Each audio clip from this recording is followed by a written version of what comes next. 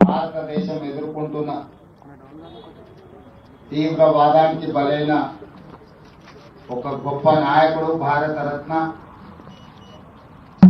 ఈ దేశానికి ప్రధానమంత్రిగా వన్నె తెచ్చిన నాయకుడు కీర్తిశేషులు రాజీవ్ గాంధీ గారు. వారిని స్మరించుకోవడం, తీవ్రవాదం మీద పోరాటం చేయడం అనేది ప్రతి భారతీయుడి యొక్క లక్ష్యం. వారిచ్చిన స్ఫూర్తి, వారి నాయకత్వం ఈ భారతదేశానికి 21వ శతాబ్దానికి పునాదులు వేసింది.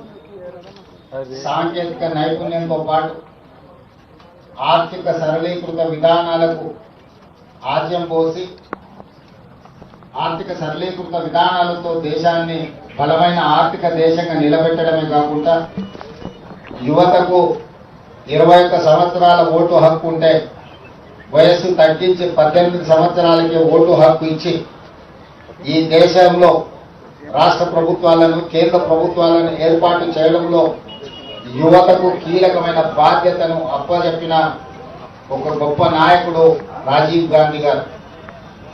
ఈరోజు మనమందరం నిన్న మొన్న జరిగిన పహల్గామ్ సంఘటన తర్వాత మొట్టమొదటిసారి దేశ విభజన సమయంలో ప్రాణాలు అర్పించిన మహాత్మా గాంధీ గారిని గుర్తు చేసుకోవాలి. వీళ్ళందరి ఉండే ప్రాంతంలో రాజీవ్ గాంధీ గారి విగ్రహాన్ని పెడితే సంకుచిత స్వభావం కలిగిన కొంతమంది రాజకీయ నాయకులు కువిమర్శలు చేస్తున్నారు. వాళ్ళ పట్ల జాలి చూపించడం తప్ప మేము ఏమి అనము.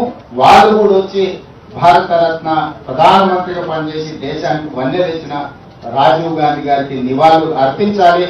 ఈ రోజు దేశమంతా మళ్ళొకసారి శ్రీమతి ఇందిరాగాంధీ, శ్రీ రాజీవ్ గాంధీ గారిని గుర్తు చేసుకుంటున్నారు. నిన్న మొన్న జరిగిన యుద్ధంలో మన పరిస్థితి ఎట్లున్నదో నేను ఎక్కువ మాట్లాడదలుచుకోలేదు. దేశ సమగ్రత విషయంలో మేము రాజకీయాల జోలికి వెళ్ళాం, రాజకీయాలు ప్రస్తావించాం. దేశ భద్రతకు కట్టుబడి ఉంటాం. అవసరమైతే ప్రాణ త్యాగాలు చేసిన చరిత్ర ఈ పార్టీకి ఉన్నది, గాంధీ కుటుంబానికి ఉన్నది.